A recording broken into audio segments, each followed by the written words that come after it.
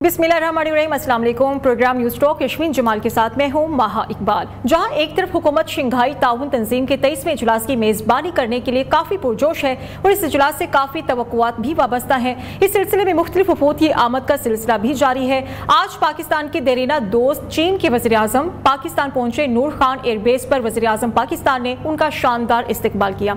इसके बाद उन्हें वज़ीर आज़म हाउस में गार्ड ऑफ ऑनर भी पेश किया गया। कॉन्फ्रेंस का बाकायदा इजलास कल होगा। वहीं पर उस कॉन्फ्रेंस के मौके पर पाकिस्तान तहरीक इंसाफ के एहतजाज की कॉल हुकूमत के लिए परेशानी का बाइस है। पाकिस्तान तहरीक इंसाफ का मुतालबा है कि बानी पीटीआई से मुलाकात की सूरत में वो इस एहतजाज की कॉल को वापस ले सकते हैं और इस सिलसिले में इन्होंने वजारत दाखिला को बाकायदा दरखास्त भी दी है। अब देखना यह है कि हुकूमत वज़रा की जानिब से इस एहतजाज की कॉल पर जो शदीद रद्द-ए-अमल सामने आ रहा है उनकी तरफ से स्ट्रेटजी क्या अपनाई जाएगी। वज़ीर दिफा ख्वाजा आसिफ ने कहा है कि पीटीआई का एहतजाज रोकने के लिए रियासत की पूरी ताकत इस्तेमाल होगी, लेकिन दूसरी तरफ ख्वाजा साद रफीक ने मशवरा दिया है कि हुकूमत को एहतजाज का उज़्र खत्म कर देना चाहिए और हुकूमत पीटीआई रहनुमाओं की उनके कायद से मुलाकात करा दे। मौलाना फजलुर रहमान ने भी बानी पीटीआई से ये अपील की है कि वो एहतजाज को शंघाई ताउन तंजीम के इजलास तक मौखर कर दें और ये अब देखना बाकी है कि ये ऊंट किस करवट बैठेगा। एक और मामला ये भी है जिसकी तरफ पूरी कौम की निगाहें हैं, वो ये है कि आईनी तरमीम का जो मामला है जिसके खद्दोखाल वाज़े हो रहे हैं और मुख्तलिफ सियासी जमातों में मुश्तरका तरमीम लाने पर इत्तेफाक की राय नजर आ रहा है। वहीं पर एक तरफ पाकिस्तान पीपल्स पार्टी और MQM के दरमियान आईनी तरमीम के मामले पर इत्तेफाक हुआ है। मौलाना फजलुर रहमान का भी यही कहना है कि आईनी तरमीम के मुसव्विदे पर काफी हद तक इत्तेफाक राय हो गया है। अब लग ऐसा रहा है कि पीटीआई की मुखालिफत के बावजूद शंघाई ताउन तंजीम के इजलास के बाद आईनी तरमीम मंजूर हो जाएंगी।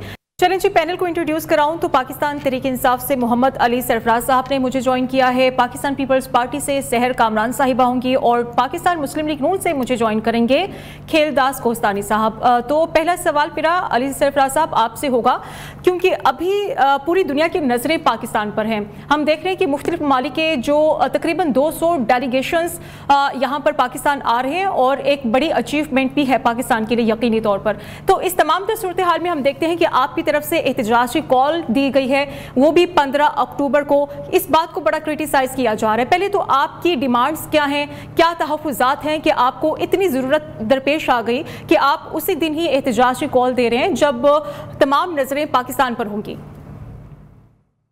जी अस्सलाम वालेकुम, thank you very much for inviting me on this show. देखिए जी, मेरी गुजारिश आपसे महासाहिबा ये होगी कि आज आपको पीटीआई के मेरा ख्याल है मौक़िफ़ हर चैनल पे नजर आ रहा होगा। जहां तक ये SCO कॉन्फ्रेंस का ताल्लुक है, हम बिल्कुल ये हमारे पे बिला वजह के इल्जामात लगाने की कोशिश कर रहे हैं कि जी ये इसको सैबोटाज करना चाह रहे हैं। जब चाइनीज प्रेसिडेंट आए थे तब इन्होंने ऐसे किया वैसे किया, इस किस्म की बातें के लोग जो कर रहे हैं। हालांकि हम कल से हम हर MNA ने PTI के और हमारी सारी लीडरशिप ने हम सब ने बयान भी जारी किए और हमने कहा कि हम SCO कॉन्फ्रेंस के दौरान ये कॉल सिर्फ मजबूरन दे रहे हैं क्योंकि जेल मैनुअल के में भी और किसी जगह कानून में ये नहीं है कि पाकिस्तान के साबिक वज़ीर आज़म इमरान खान साहब, उनकी हमें सेहत के बारे में, उनकी जिंदगी के बारे में हमें तशवीश है। आप सिर्फ उनकी एक बहन को, नौरीन साहिबा को, हमारे एक लॉयर को और उनके डॉक्टर्स को उनसे मिल लेने दें तो हम कल के एहतजाज को मौखर कर देंगे और SCO कॉन्फ्रेंस आप बड़े बखूबी करवाएं। लेकिन गवर्नमेंट तो बार बार इंस्टिगेट कर रही है। बहुत ही इररिस्पॉन्सिबल किस्म की स्टेटमेंट दी है वजीर दाखिला ने, जब उन्होंने ये कहा कि जी it will be very unfair to the other prisoners अगर हम खान साहब की यहाँ पे मुलाकात करवाएंगे। अगर एक मुल्क में SCO कॉन्फ्रेंस का इतना चर्चा हो और एक एक्स प्राइम मिनिस्टर की बात हो रही है और आपकी इस्लामाबाद की पाकिस्तान की सबसे बड़ी पार्टी ने एक कॉल दी हुई है और बामरे मजबूरी दी हुई है कि अगर आप हमारी मुलाकात नहीं करवाते और हम तशवीश में रहते हैं तो हमारे लिए बड़ी प्रॉब्लम है, फिर हमारे पास कोई चारा नहीं है इसके अलावा। और आप इस किस्म की स्टेटमेंट्स दे रहे हैं। आप खान साहब को बाकी कैदियों के साथ मिला रहे हैं। जब संजानी जलसा हो रहा था उस दिन सुबह 7 बजे जब खान साहब के पैर पकड़ने थे तब जेल का दरवाजा कैसे खुला था और खान साहब के पास मैसेंजर्स कैसे पहुंचे थे? जब अपनी मुसीबत पड़ी हुई थी के वहां पे इस्लामाबाद में रिलीजियस पार्टीज मौजूद थी और नक्शे अमन का खतरा था और ये कह रहे थे। अली सरफराज साहब, डेवलपमेंट क्या हुई है इस मामले को लेकर? आपकी गवर्नमेंट से क्या बात हुई है? कुछ उनकी तरफ से यकीन दहानी सामने आई? क्योंकि अभी तक की बात ये थी, वज़ीर दाखिला ये कह रहे हैं कि हम मुलाकात करा देंगे, आज से पहर तक का टाइम था आपके पास। नहीं तो वो इतना डिले किस चीज में कर रहे हैं? आई एम सॉरी, बीच में प्रोड्यूसर साहब की आवाज आ रही है, I can't hear you properly. लेकिन मुझे आप ये जवाब दें कि अगर आप एहतजाज रोकना चाहते हैं और आप चाहते हैं कि पीटीआई अपनी कॉल जो है उसको वापस ले ले, तो वजीर दाखिला साहब को किस चीज का इंतजार है? तमाशा लगाना चाह रहे हैं इस मुल्क के अंदर? देखें, ये सैबोटाज पीटीआई नहीं कर रही, ये तमाशा लगा रहे हैं, इंस्टिगेट कर रहे हैं, और कल कोई इल्जामात लगाएंगे। ये मेरी बात को आप ऑन रिकॉर्ड रखिएगा। पीटीआई ने बार बार कहा है कि आप एक मुलाकात करा दें, ये एससीओ एक ऐसा मौका है कि हम एहतजाज नहीं करना चाहते, but they are instigating us, they are pushing us. बस वजीर दाखिला साहब बड़े उठ के 1 मिनट में बयान दे देते, तो 2 मिनट में हुकूमत फैसला कराए, एक मुलाकात करवाया तो एहतजाज की कॉल ऑफ कर देते। जब सारे वर्कर इस्लामाबाद पहुंचेंगे तो उससे मौजूद है। अली सरफराज साहब, गवर्नमेंट का स्टांस क्या है, उनसे हम बात कर लेते हैं। खेलदा साहब, यकीनी तौर पर बड़ी एक अचीवमेंट है हुकूमत वक्त की, लेकिन हम दूसरी तरफ देखें कि एक बड़ी जमात पीटीआई की तरफ से एहतजाज की कॉल सामने आ रही है। उनका मुतालबा सिर्फ इतना से है कि हमारी मुलाकात करा दी जाए बानी पीटीआई से। इस चीज को इतना इशू क्यों बनाया जा रहा है? आप क्यों नहीं मुलाकात कराने दे रहे? देखें, मुलाकात बहाना है, सीपेक जो है वो निशाना है, पाकिस्तान की तरक्की और खुशहाली निशाना है। और ये लोग जुम लेकर इस्लामाबाद आए थे और चीन के सदर का दौरा उन्होंने मुलतवी करवाया।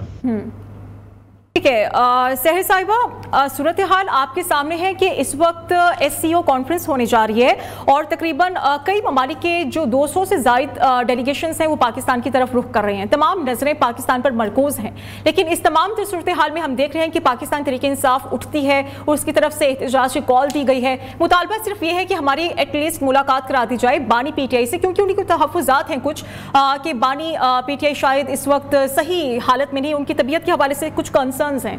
आप इस सिचुएशन को कैसे देखते हैं? जी बहुत शुक्रिया। देखिए, बात यह है कि आज का मौका नहीं, आप मुझे तारीख का एक जायजा ले लें, जो भी तहरीक इंसाफ की एक सियासी तारीख है, कि कब ऐसा वक्त नहीं आया कि जहां इन्होंने अपने रवैये के अंदर इंतशार पैदा नहीं किया, अवाम को गुमराह नहीं किया, और आज भी मौके का फायदा ये क्यों उठाना चाह रहे हैं। देखिए, बात यह है कि अभी मैंने ये कहना चाहती थी, मगर क्योंकि जेल मैनुअल की बात हुई तो मुझे ये कहना पड़ेगा कि फरियाल कालपुर साहिबा को ईद की रात, जब रात के 12 बजे अस्पताल से जेल मुंतकिल किया गया था, तो क्या वो जेल मैनुअल के मुताबिक था? वो जेल मैनुअल की खिलाफ वर्जी थी। जब सदर मुमलिकत आसिफ अली जरदारी को इंसुलिन रखने के लिए रेफ्रिजरेटर नहीं दिया था, जब न्यूयॉर्क में जाके इमरान खान साहब ये नारे लगाते थे कि इनके एसी उतरवा लूंगा, इनको घर के खाने नहीं दूंगा, जब उनके बच्चों को मुलाकात करने नहीं दी थी, तो क्या वो जेल मैनुअल के मुताबिक था? नहीं, इनकी ख्वाहिश थी, ये कहते थे कि जी इनको घर का खाना नहीं देना, इनकी किसी से मुलाकात नहीं करानी, और ये कहते थे कि जी एक निजाम होना चाहिए सबके लिए। तहरीक इंसाफ तो यही थी। आज ये कहते हैं कि जी बाकी कैदियों को छोड़ दें, इनके लिए एक अलग कानून जो है मुतारिफ कराएं। मुझे बताएं, क्या 2014 का धरना हमें याद नहीं है?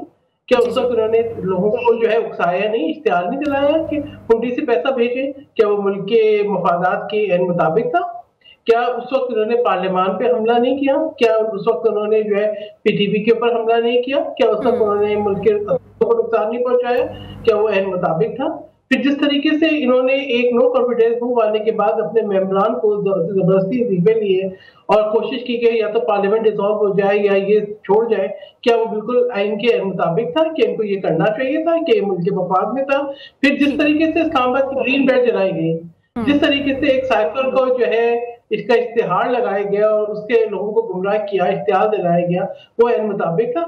जब इन्होंने पाकिस्तान की न्यूक्लियर सेफ्टी सिक्योरिटी पे सवालात उठा दिए, तो क्या वो बिल्कुल मुनासिब था एक ऐसे शख्स को जिसने अब लेके एज ए वजीर आज़म हुकूमत की हो? फिर आप लेकिन सहर साहिबा, आपको नहीं लगता कि चले हमारी तरफ से ही पहल हो जाए, हम ही कुछ अच्छे काम की शुरुआत कर लें? अगर उनकी तरफ से मुतालबा किया जा रहा है तो फिर एससीओ कॉन्फ्रेंस के अमल को भी हम स्मूथली लेकर चलेंगे। एक मुलाकात की ही तो देर है। हाँ, पहली एक बात है, जमान पार्क से जो पेट्रोल बम फेंके गए, क्या वो एन मुताबिक था? क्या जो जिस तरीके से शुदा की यादगारों पे हमले किए गए, मिसबार की गई, क्या वो एन मुताबिक था आइन के? और वो एक सियासी जमात को जेब देता था। और आज जो ये कह रहे हैं, मुझे बताएं इनकी क्या गारंटी है? क्या अभी चंद दिनों पहले इन्होंने दावा बोलने की कोशिश नहीं की? और शंघाई कोऑपरेशन ऑर्गेनाइजेशन का ये इजलास बहुत अहम है पाकिस्तान के लिए। बिल्कुल। ठीक है, क्या जरूरत है कि क्या जब सर साहिबा अली सरफराज साहब से हम गारंटी ले लेते हैं। अली सरफराज साहब क्या गारंटी देते हैं, क्योंकि हमेशा हुकूमत की तरफ से यही स्टांस रहा है कि हम एहतजाज की अगर आपको इजाजत दें तो आप इंतशार की सियासत लेकर आते हैं, आप इंतशार फैलाने की कोशिश करते हैं। हुकूमत की बात ना सही, आप मौलाना की बात ही मान लें, क्योंकि मौलाना की आपको जरूरत है। मौलाना भी यही मशवरा दे रहे हैं कि एसयू के बाद आप एहतजाज करें। मौलाना ने, मेरी बहन मौलाना ने इनको भी कहा है कि होश के नाखून ले। The government is talking nonsense, absolute nonsense, कि एक मुलाकात आप नहीं करवा रहे और आप एसईओ कर रहे हैं। एसईओ 100 बिस्मिल्लाह आप करवाएं, ये मुल्क सिर्फ आपका तो नहीं है, ये हमारा भी है। मेरी बहन जो है, देखें हमारे जो सेनेटर्स हैं ना, और जो हमारी मखसूस नशिस्तों पे जो जीतने वाले मेंबर्स हैं, मैं माजरत के साथ कहूंगा उनके, क्योंकि हल्का बात नहीं होता, उनको बेसिकली उनका मेन टास्क ही ये होता है कि आप टीवी पे बैठ के जितनी अच्छी अपनी जमात के बेशक फजूल किस्म का मौकफ हो उसकी रिप्रेजेंटेशन करें। मुझे थोड़ा सा मौका दीजिएगा तो आप उसके अंदर ही इनके लीडर मुझे मेरी बहन मुझे मौका दीजिए, मैंने आपकी बारी बात नहीं की है। नहीं, आपने बात गलत आप आया ना कायदे से मोहम्मद अली जिन्ना, चले आप बोल लें पहले, बोल लें, फिर आप तो मैं रिस्पॉन्ड करूंगा। आपसे सवाल इतना सा किया गया कि आपकी एक मुलाकात में आप चली गई है। समझ नहीं आ पाएगी। अली सरफराज साहब को बात कंप्लीट करने दें, फिर आपकी बात सुनेंगे हम। जी अली सरफराज साहब गुफ्तगू कर रहे हैं वो।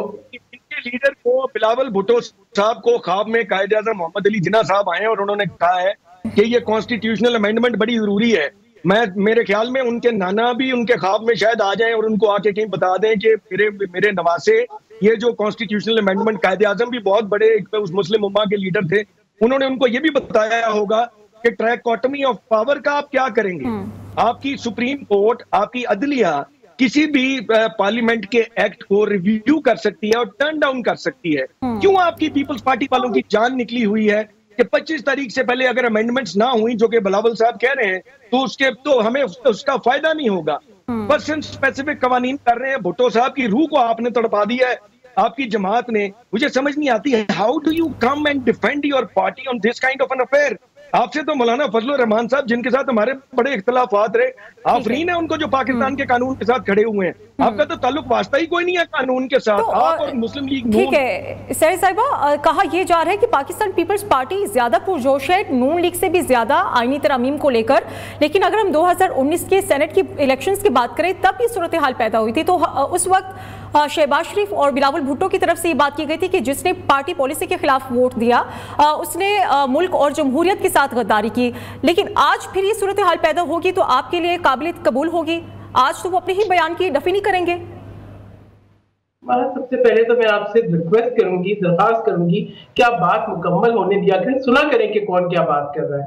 ठीक है ना, ये बहुत जरूरी है। सर साहब उनकी बात से ही मैं आपकी तरफ आई हूँ। जी बोलिए। आप मेरी बात मुकम्मल नहीं हुई थी, मैं आपसे कह रही थी मुझे बात मुकम्मल करने दें, तो आप शिफ्ट हो गई थी। मैं आपको चलिए ठीक है, आप बात ये, आप अगर आर्टिकल 63A की बात कर रहे हैं तो उसके दो पहलू हैं। एक पहलू है पार्टी डिसिप्लिन, कि अगर आपकी पार्टी जो आपको जो है टिकट देती है या आपको मुंतखब करके लाती है, अगर आप उसकी खिलाफवर्जी करते हैं तो आप डेफिनेटली डीसीट होना चाहिए आपको, उसकी एक कॉस्ट है। लेकिन इसका ये मतलब नहीं है कि आपकी शख्सी आजादी भी सल्ब हो जाए। ठीक है, every member has a right कि वो अपने कॉन्शियस के मुताबिक वोट दे सके। और पहली बात ये कि पीपल्स पार्टी पे ब्रॉडर जो है कंसेंसस बिल्ड कर रही है। दूसरी बात ये कि साहब जो अभी फरमा रहे थे, बात ये है कि आप जिस इंसाफ की बात कर रहे हैं, जो तैयबा गुल को प्राइम मिनिस्टर हाउस में होस्टेज बना के होता है, आप उस इंसाफ को सपोर्ट करते हैं? जिस तरीके से आप जो है वो अपने मुखालिफिन पे झूठे मुकदमे बनाते हैं। हम जिस कॉन्स्टिट्यूशन कोर्ट की बात कर रहे हैं वो चार्टर ऑफ डेमोक्रेसी का हिस्सा है। हम जिस कॉन्स्टिट्यूशन कोर्ट की बात कर रहे हैं वो कायदे आज़म का एक विजन भी था। हम जिस कॉन्स्टिट्यूशन की कोर्ट की बात कर रहे हैं वो दुनिया के बहुत सारे ममालिक में है। हम जिस कॉन्स्टिट्यूशन कोर्ट की बात कर रहे हैं वो हमारे मंशूर का हिस्सा है। हम जिस कॉन्स्टिट्यूशन कोर्ट की बात कर रहे हैं वो अपने मंशूर में हर शख्स तक पहुंचाए हैं। इनको क्यों कॉन्स्टिट्यूशन कोर्ट से प्रॉब्लम है? बात यह है कि अगर कॉन्स्टिट्यूशन कोर्ट होगा तो वो जो आइन के मुतालिक जो मामलात होंगे वो उनको देखेगा। आपकी अदलिया 142 ममालिक में से 130वें नंबर पे उसकी रैंकिंग है। 85% जो केसेस है वो सिविलियन केसेस हैं जिनके फैसले नहीं होते। लोग इंसाफ के लिए सारी जिंदगी तरसते हैं।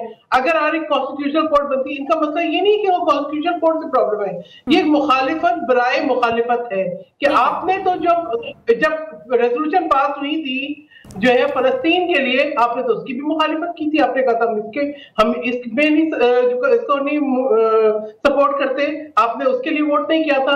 आपने तो जो कश्मीर के लिए रेजोल्यूशन पास हो रही थी, आप उस वक्त इमरान खान मौजूद नहीं थे ऐवान में। तो बात ये आपका पोजीशन है क्या, आपको खुद नहीं पता। और दूसरी बात मैं बताता हूं जी पोजीशन क्या है। जो वो मेंबरान जो कि सेनेट में आ जाते हैं, तो भाई आप अपने मेंबरान से पूछें क्या आप उनकी इंसल्ट कर रहे हैं या नहीं कर रहे हैं। मेंबरान कोई सेनेट में ऐसे नहीं आ जाते, उनको सवाई असेंबलियां वोट देती हैं। और वो मेंबरान जो कि रिजर्व सीट पर आते हैं, वो बहुत सारे कॉम्प्रोमाइजेस होते हैं, शायद क्योंकि पार्टी के लिए हर शख्स को टिकट देना मुमकिन नहीं होता। तो अगर वो किसी को लेकर आते हैं तो अपनी एफिलिएशन उनकी पीटीआई की ही बात करें, पीटीआई सिर्फ ये कह रही है कि हमें तहफ्फुज़ात ये हैं कि आप आईनी अदालत इसलिए लगाना चाहते हैं, इसलिए बनाना चाहते हैं कि जो पीटीआई उससे मजीद खत्म कर दें। आप अपनी पसंद के जजेस लेकर आएंगे, अपनी पसंद के फैसले आपके लिए काबिल कबूल होंगे, वरना आप नहीं एक्सेप्ट करेंगे कोई और फैसला। मुझे बताएं महाब कि कौन सा इदारा ऐसा है जिसपे इन्होंने तनकीद नहीं की हो। इनको चीफ जस्टिस पे भी एतराज़ात है। ये शख्सियात के साथ मुंसलिक कर रहे हैं हर चीज को। इन्होंने मिलिट्री इंस्टीट्यूशन पे भी एतराज़ात किए, इन्होंने इलेक्शन कमीशन पे भी एतराज़ात किए। कौन सा इदारा ऐसा है मुल्क का जिसके ऊपर इनको अपनी जात के अलावा कोई और शख्स हो जिस पर इनको एतराज ना हो। इनको हर शख्स पे एतराज है, सिर्फ ये वक्ती फायदे को और शख्सियात को देख रहे हैं। चलें जी, ठीक है। तो अली सरफराज साहब, आप शख्सियात को लेकर क्यों अपना फायदा देखते हैं? शख्सियात को आप कंट्रोवर्शियल कर रहे हैं और सहर कामरान साहिबा ये भी कह रही हैं कि आपकी पोजीशन है क्या कि आप इन आईनी तरमीम पर तहफ्फुज़ात उठाएं? जी मैं आपको बताता हूं जी। पहली तो बात है 63A के बारे में इन्होंने बात की। 63A के अंदर ये जो सुप्रीम कोर्ट के अंदर नजरसानी हुई थी, उसकी बेंच की फॉर्मेशन को हमने चैलेंज किया हुआ है और सदर पाकिस्तान ने एक ऑर्डिनेंस जारी किया था। वो उस ऑर्डिनेंस के अंदर ये बताना ही शायद भूल गए कि अगर आपका कोई जज अगर आप उस बेंच से रिक्यूज ना करे तो आप उसकी जगह रिप्लेसमेंट जज नहीं बुला सकते जब तक अगर वो ये कह रहा है कि मैं रिक्यूज नहीं कर रहा, लेकिन मैं ये कह रहा हूं कि आपकी बेंच की फॉर्मेशन ठीक नहीं है। आप रातों रात उसी वक्त आप जज तब्दील करते हैं, अपनी मर्जी का फैसला सुना देते हैं। अब उस फैसले में है क्या? 63A के फैसले के मुताबिक सहर कामरान साहबा की सेहत को तो फर्क नहीं पड़ता, मेरी सेहत को फर्क पड़ता है, बिकॉज मैं पीटीआई का एक इलेक्टेड एमएनए हूं और मुझे सुप्रीम कोर्ट ने ही डिक्लेयर किया था as one of the 39 MNAs जो पीटीआई के थे। अब मैं इनके किसी काम का नहीं था, ये मेरे घर पे रेड्स नहीं करते थे, मेरे बच्चों को खतरा नहीं था, मुझे अपने घर रहने में दुश्वारी नहीं थी। अब ये रोज मेरे घर पे छापे मारते हैं, मेरे पे अटैक करते हैं, मेरे साथ जो मेरे कुलीग्स हैं उनकी जिंदगी को परेशानी है क्योंकि हम सडनली इस इंटरप्रिटेशन के बाद इनके काम के हो गए हैं। हमारे लिए एक बहुत बड़ा सेफ्टी वेल्व था कि हमारा वोट काउंट ही नहीं होना था, और वो भी कानून हमारे मुल्क का कहता है कि कॉन्स्टिट्यूशनल अमेंडमेंट्स हो, प्राइम मिनिस्टर के इंतखाब हो, कुछ इलेक्शंस, कुछ ऐसी चीजें हैं जिन पे आप अपनी पार्टी के खिलाफ वोट नहीं दे सकते।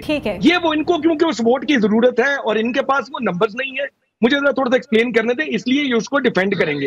अब आबिद जुबैरी साहब ने सुप्रीम कोर्ट के अंदर एक एप्लीकेशन जो अपील्स की हैं वो माशाल्लाह लग गई हैं एक बेंच के पास, जिसमें काजी फायज ईसा साहब उसको हेड कर रहे हैं। 3 मेंबर बेंच है। 17 तारीख को सुबह 9 बजे उसकी हेयरिंग है। आपको और मुझे उसका दोनों के उसका फेट का पता है। कमरुज़्ज़मान कायरा साहब इन्हीं की जमात के मेंबर हैं। वो ये कहते हैं कि अगर ये कॉन्स्टिट्यूशनल अमेंडमेंट्स पास ना हुई तो 8 फरवरी का इलेक्शन खुल जाएगा। तो हाँ, तो खोल लेने देना। अगर वो 8 फरवरी का इलेक्शन खुल जाएगा, मेरी बहन को तो टेंशन इस बात की है ना कि जब इनको इनकी नेचुरल नंबर ऑफ सीट्स मिलेगी तो सेनेट की सीटें भी शायद कम हो जाएं और रिजर्व सीटें भी कम हो जाएं, शायद मेरी बहन भी डिसमेंबर हो जाए। इनको ये भी खतरा आता है। एक और बात मैं यहाँ पे कहना चाहूंगा, थोड़ा सा अंडर आर्टिकल 188 के तहत गुजारिश सुन लें। आर्टिकल 188 के तहत जुडिशरी जो है वो एनी एक्ट ऑफ पार्लियामेंट को कुछ ग्राउंड्स के ऊपर स्ट्राइक डाउन भी कर सकती है, जिसमें से बेसिक्स हैं कुछ, और उसमें लिखा हुआ है any law cannot be contrary to the Quran and sunnah, any law cannot be contrary to the fundamental rights of the people of Pakistan, and it should ensure any law while being made should ensure the independence of judiciary or trichotomy of power has to be ensured, which means आपकी parliament, आपकी executive और आपकी judiciary तीनों independent रहेंगे। जिस कानूनी amendment के पीछे इन सब की जान निकली तो है। अली सरफराज साहब, मौलाना फजलुर रहमान तो ये कह रहे हैं कि हमने बातचीत वो कह रहे हैं कि हमने बातचीत और मुज़ाकरात के जरिए काफी हद तक आईनी तरमीम पर हमारी हमआहंगी हो चुकी है। तो एक तरफ बिलावल भुट्टो साहब ये कह रहे हैं कि अगर हमारी कामयाबी नहीं होती तो हम आईनी तरमीम को पास कराने के लिए मुखालिफिन के वोटों का भी इस्तेमाल कर सकते हैं। मतलब पीटीआई के बंदे टूट सकते हैं या टूट गए हैं? जी यही सवाल है। पीटीआई के बंदा अल्लाह के फजल से इनसे कोई नहीं टूटा। ये उस्मा बुखारी साहिबा ने जो कल ड्रामा लगाया था ना फोन पे, वैसे इनको तो शर्म हया नाम की चीज ही कोई नहीं है। हमारे शफकत अवान साहब ने टीवी पे जाके ये बयान दिया है और ख्वाजा शराज साहब ने दिया कि उस्मा बुखारी साहब कहती हैं कि पीटीआई ने अपने एमएनए से अगवा कर लिए। पता नहीं इनको शर्म नहीं आती बात करते हुए। उन दोनों ने टीवी पे आके बयान दिया कि उस्मा बुखारी साहिबा को खुदा खौफी करें, हम इस हुकूमत की फस्तायत से छुप के पीछे बैठे हैं बिकॉज आप लोग हम पे कर रहे हैं रेड्स। अब आपने इनकी बदमाशी का हुकूमत की अगर आपने दास्तान सुननी तो मैं आपको वो बता देता हूँ। हाजी इजाज साहब हैं, चौधरी इम्तियाज साहब हमारे एमएनए हैं मंडी बहाउद्दीन से। There is a huge list. उनका घर है F7 में, वहां पे अटैक किया, उनके मुलाजमीन को मारा, जदोकोब किया। मुबीन आरिफ हमारे एमएनए, उनके बिजनेस को सील किया, उनके लाहौर वाले घर पे अटैक किया, उनके मुलाजमीन उठा के ले गए। जरताज गुल को विदाउट एनी रीजन उसके घर से उठा लिया और उसको स्लीपर्स पहनने की भी इजाजत नहीं थी, नंगे पैर ये घसीट के एक इलेक्टेड एमएनए को लेके गए। ख्वाजा शराज साहब की पार्लियामेंट लॉजेस में अटैक हुआ, उनके जो तौंसा से हमारे एमएनए, उनके मुलाजमीन को जदोकोब किया। शफकत अवान साहब के बिजनेस को क्लोज किया, उनके भट्टे पे एक ईंटों का भट्टा था, वहां उनके एक मुलाजिम को इन्होंने उस्मा बुखारी साहबा ने उनका मामू बना के पेश कर दिया। ये मामू बना रहे हैं पूरे पाकिस्तान को। शेख वकास अकरम के बिजनेसेस को इन्होंने सील किया। जावेद वड़ायत साहब हमारे रहीम यार खान से एमएनए हैं, उनके डेरे को इन्होंने मसमार किया डिस्पाइट अ स्टे ऑर्डर। अच्छा अली सरफराज साहब, जैसे कि असद कैसे साहब कह रहे हैं कि हमारे अरकान को 20 करोड़ रुपए की ऑफर हुई है, अगर ये ऑफर हुई है तो फिर आप नाम बताएंगे कि किस वजीर की तरफ से ये ऑफर सामने आई है, किस वजीर की तरफ से पेशकश की गई है? एक ब्रेक ले लेते हैं, ब्रेक के बाद इसी पॉइंट से हम दोबारा से कंटिन्यू करेंगे।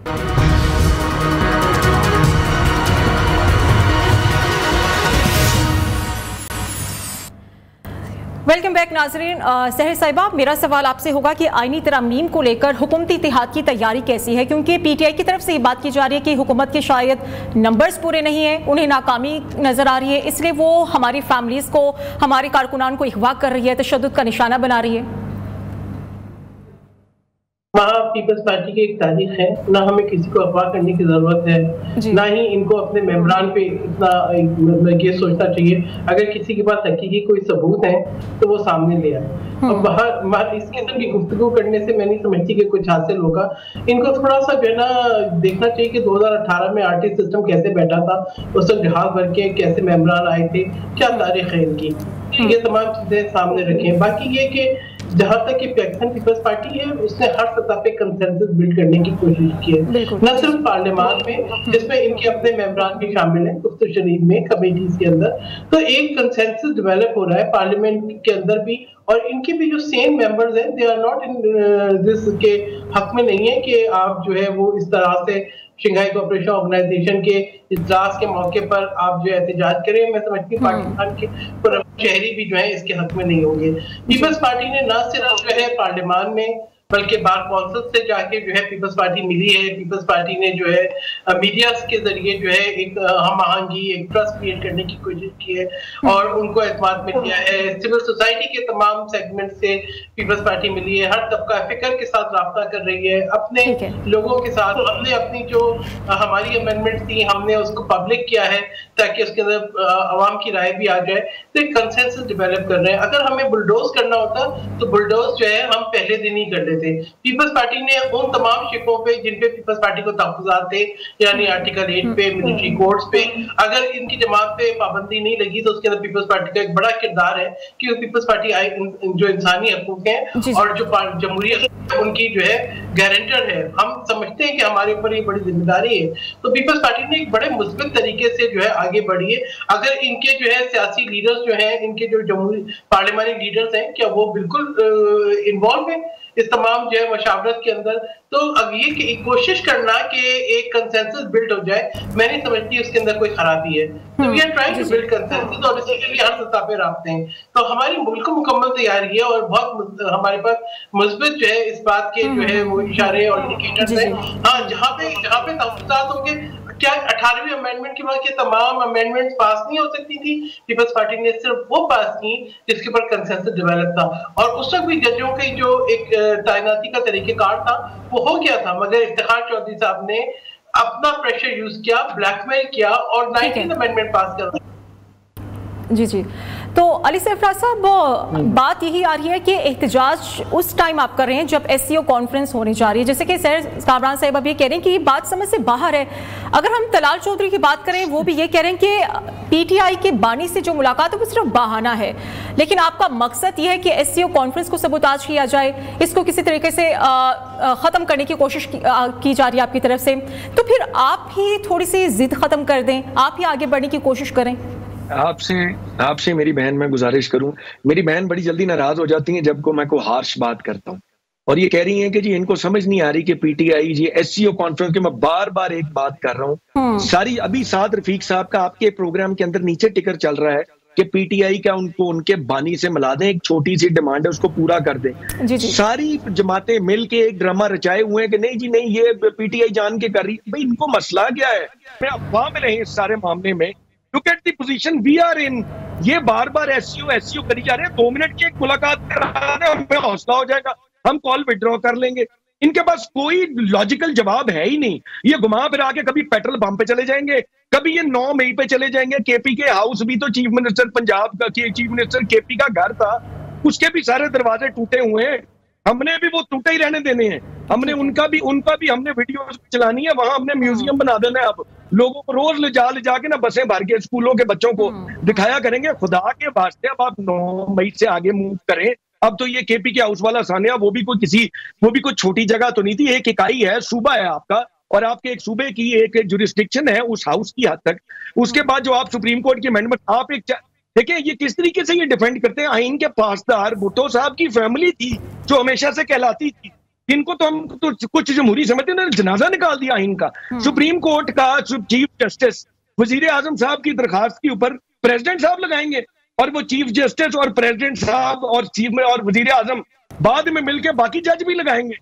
यार आप मुलाजम ही रख लें, सुप्रीम कोर्ट के जज रखने की क्या जरूरत है? उसकी ऐसे जजों की औकात क्या होगी जिनकी अपॉइंटमेंट जब एग्जीक्यूटिव करेगी तो where does the power separation go? वो मुलाजिम ही होंगे ना। अली सरफराज साहब ये कह रहे हैं कि फिर आप मुलाजमीन रख लें, जज साहिबान को तैनात करने की क्या जरूरत है? दूसरी बात वही कह रहे हैं कि सिर्फ 2 मिनट की मुलाकात करा दें और मामला रफा दफा करें।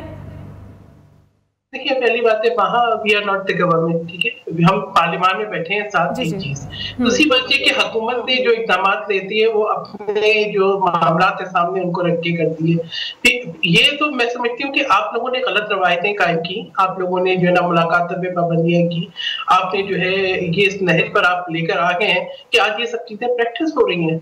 आप काश ना करते, आपने ये मैं बहुत माजी की बात नहीं कर रही, मैं बिल्कुल माजी करीब की बात कर रही हूँ, ठीक है। आपने ये सब गलत रिवायतें डाली हैं। और दूसरी बात ये कि मैं नहीं समझती कि अगर तबीयत 2 दिन के बाद जो है वो एकदम से ठीक हो जाएगी जब आपकी मुलाकात होगी। तो देखें, इस किस्म की बातें इश्तियाल अंगेजी की ना करें। आप केपी हाउस में ना रखते अफवान महाजरीन को, आप ना बुला के बिठाते अफगान नेशनल्स को। आप जो है वो आपको पता है पाकिस्तान को किस किस्म की सिक्योरिटी सिचुएशन का सामना है। आपने उन तमाम लोगों को जिनको जो है पाकिस्तान से बाहर निकाला था, आपने उनको लाके वापस बता दिया, एक नई सिक्योरिटी सिचुएशन क्रिएट की। बात ये कि मैं समझती हूँ कि थोड़ा सा हमें तहम्मुल से बैठने के लिए केपी के चीफ मिनिस्टर साहब तो खुद सबके साथ बैठ के अब जिनके बुला रहे हैं, उनको खुद समझ में आ गया कि जो है क्या गलत हो गया था मुझसे। तो बात ये है कि आपको क्या समझ आ गया, कायदीन है अपनी पार्टी की, जो कायदीन है वो कह रहे हैं इस बात पे कि वो खुद समझ रहे हैं कि ये चीजें गलत हो रही हैं। तो बात ये कि एक प्रेशर ग्रुप कर रहा है, जो लोग इस बात के लिए प्रोवोक कर रहे हैं, मुझे यकीन, मैं आपको बता दूं, उनमें से क्या कोई शख्स मार्च में शामिल था? उनमें से क्या कोई शख्स जो है वो लीड कर रहा था? नहीं, वो तो चीफ मिनिस्टर साहब भी छोड़कर आ गए थे, अकेले आ गए थे, आवाम को छोड़कर आ गए थे। लीडर्स ऐसे छोड़ के नहीं आते। ये जितने लोग आज कह रहे हैं वो कि जी आप जो है वो एहतजाज करें, क्या वो लोग किसी मार्च में, किसी एहतजाज में शामिल नहीं थे, वो बैठ के सोशल मीडिया पे या मीडिया के ऊपर सिर्फ लोगों को प्रोवोक कर रहे थे। तो बस करते हैं हम लोगों के साथ। I think this is more than enough. ये हो 2 दिन में ना कोई कौमी असेंबली का इजलास हो रहा है, ना कोई सेनेट का इजलास हो रहा है, कोई एक्टिविटी नहीं हो रही। द गेस्ट आर हियर, 2 दिन गुजर जाएंगे और इंशाल्लाह बेफिक्र रहें, बिल्कुल जो है खान साहब की तबीयत ठीक ठाक होगी, 2 दिन के बाद पाबंदी हट जाएगी। अभी एक ब्रेक लेंगे। वेलकम बैक नाज़रीन। पीटीआई ये कह रही है कि हुकूमत की तरफ से आईनी अदालत बनाकर बानी पीटीआई को सजा देने की कोशिश की जा रही है, तो फिर एहतजाज तो ये लोग करेंगे ना, प्रोटेस्ट तो फिर इनका बजा है। बात यह है कि मैं तो स्टोरीज जो ये बना रहे हैं, मैं तो उसको देख रही हूँ कि दास्तान अरब पहला, आप लोग क्या जानते हैं सियासी स्ट्रगल के बारे में, क्या क्या जानते हैं? ठीक है, ये हमें तो पता ही कुछ नहीं थी। सारा पीपल्स पार्टी को पता है या सेनेटर को पता है जो घर बैठे। मुझे पता है कि I lost my only brother, मुझे बिल्कुल पता है। मैं 18 अक्टूबर के जलसे में जख्मी हुई, मुझे बिल्कुल पता है। मुझे पता है कि हमने किस तरह से जद्दोजहद की, हमने मुल्क के ऊपर नहीं, आप ही को पता है जी, हमारे बंदे मरे कोई नहीं, रोज या बंदे मार रहे हैं, आपको पता। I have my sympathy with you, unlike your feelings for us. Ali Sarfaraz साहब, अभी आपकी बात नहीं, सहर कामरान साहिबा जी आप अपनी बात कंटिन्यू कीजिए। देखिए, बात ये है कि मैं तो इस किस्म के इश्तिहाल अंगेजी के लिए भी कोई प्लेटफॉर्म होना चाहिए। हर वक्त ये नहीं चलता, टीटीपी को लाके बसाना अब वो और अपने नेशनल्स को लेकर आना वो अलग बात है। ठीक है, आप लोगों ने क्या किया है कि पाकिस्तान की अवाम ने, पाकिस्तान की जो है अफवाज पाकिस्तान ने जितनी कुर्बानियां दे के पाकिस्तान को दहशतगर्दों से पाक किया था, आपने उनको लाके वापस बनवाया। आपने पाकिस्तान के खारजा ताल्लुकात हर सतह पे खराब किए। आपने इस किस्म की हरकत की कि आपने मदीना नबी को भी आपने नहीं छोड़ा। आपने इतना नुकसान पाकिस्तान की साख को पहुंचाया। अभी आप बता रहे हैं, देखिए हम अभी हालात जो है बिल्कुल बेसिक इंडिकेटर्स आ रहे हैं। ठीक है, और मुल्क के अंदर इस्तेकाम भी आ जाएगा। मतलब इस्तेकाम की कोशिशें, बाकी आप ही कह रहे हैं कि जी पता नहीं आपने कौन सी जिद्दबाजी की। इमरान खान साहब तो हर डिक्टेटर के साथ भी बैठे हैं, हर एक के साथ बैठे हैं, हर एक से बेनिफिट्स लिए हैं। ठीक है, आप जो बात कर रहे हैं, मुझे नहीं पता सिंध से आपके कौन से जलसे आ रहे थे जिनको सिंध हुकूमत ने रोक दिया हो, आपका तो कोई वजूद नहीं है वहाँ पे। हाँ, पाकिस्तान पीपल्स पार्टी को 2013 के इलेक्शन में इलेक्शन नहीं करने दिया, हमने तो उसके बावजूद भी आके पार्लियामेंट में बैठे। 2018 में हमारे पे बिल्कुल डाका डाला गया आरटीआई सिस्टम के जरिए, फिर हम फिर भी आके पार्लियामेंट में बैठे क्योंकि हमने पार्लियामेंट के लिए जिद्दोजहद की है, जमहूरियत के लिए जिद्दोजहद की है। हमें 2024 के इलेक्शन पे भी तहफ़्फ़ुज़ात थे, हम तब भी पार्लियामेंट में आके बैठे क्योंकि हमने पार्लियामेंट के लिए कुर्बानियां दी हैं। ठीक है, हमने जमहूरियत के लिए नहीं लिया हमने। अच्छा सर साहिब, आईनी बेंच बनेगा या फिर आईनी अदालत बनेगी, मुत्तफिका ड्राफ्ट क्या है उसके बारे में थोड़ा बता दीजिए। देखिए, बात ये है कि आईनी अदालत का जो ड्राफ्ट है वो बिल्कुल शेयर कर दिया है। उसके अंदर जो है चारों सूबों की रिप्रेजेंटेशन जिस तरह से उसमें, क्योंकि और ये होगा कि रोटेशन पे जजेस जो है मुंतखब होंगे। और ये कहना कि मुझे बताएं कौन सा मुल्क ऐसा है जहां जजेस अपने आप को खुद ही मुंतखब कर लेते हैं, उनको मुंतखब करने की कोई अथॉरिटी नहीं होती। आपने अपने और जुडिशल काउंसिल खुद ही मुंतखब कर लेते हैं। मुल्क की मिसालें बताएं जरा कुछ ममालिक की मिसालें जहां पे जो है, यानी आपने इस अपनी मुखालिफत में इतना आगे बढ़ गए हैं कि आप जो स्टेट इंस्टीट्यूशंस हैं उनको बिल्कुल ही आप जो है वो डीवैल्यू कर रहे हैं। आप नहीं चाहते, आप समझते हैं कि जी पार्लियामान है, उसकी कोई क्रेडिबिलिटी, कोई तहजीक नहीं। यही अदलिया थी ना जिन्होंने मार्शल लॉ की तौसीक की, यही अदलिया थी जिन्होंने नाइंसाफी पे खत्म कर दें अदलिया को, पार्लियामान को मादर की तरह हाईकोर्ट में जो अपीलें लगेंगी, हाईकोर्ट में जो अपीलें लगेंगी वो सुप्रीम कोर्ट में जाएंगी। जो क्रिमिनल जस्टिस सिस्टम है वो अपनी जगह रहेगा।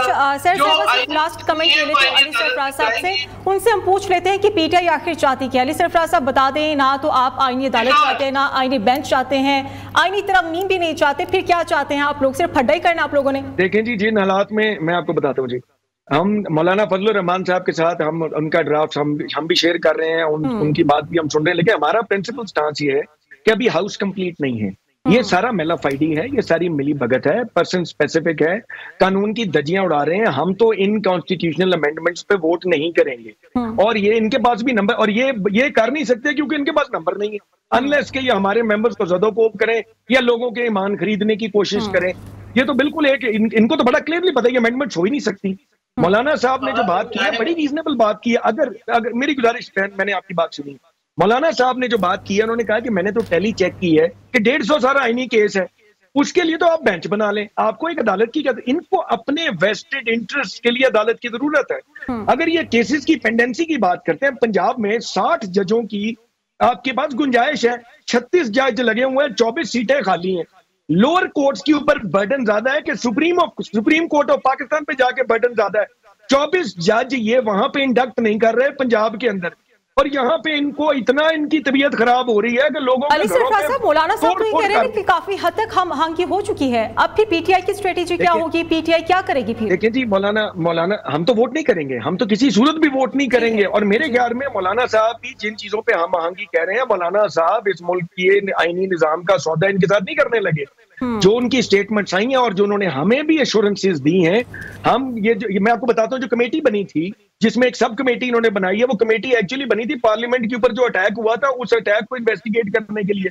इनकी क्योंकि जिंदगी का आजकल मकसद ही सिर्फ ये है कि 25 तारीख से पहले they have to finalise the amendments. उसी कमेटी का उसके बाद वो मैंडेट ही नहीं था, उसी को बदल के उसी कमेटी में इन्होंने नई गुफ्तगू शुरू कर दी कि जी सारी जमातों के रिप्रेजेंटेटिव बैठे हैं। अब हमारे बंदे भी उस सब कमेटी में बैठेंगे just for the simple purpose के एक तो हम प्रिंसिपली कहते हैं कि आपके केपीके के सेनेटर ही नहीं बैठे अभी असेंबली में, आपका हाउस ही कंप्लीट नहीं है। फॉर्म 47 की असेंबली है, इसके बाद मैंडेट ही नहीं है इनके, तो अपने फॉर्म 47 के ट्रिब्यूनल्स में केसेस चल रहे हैं। ये लोग पाकिस्तान ठीक है, वक्त खत्म हो गया है, मुझे इजाजत दीजिए, अल्लाह हाफिज।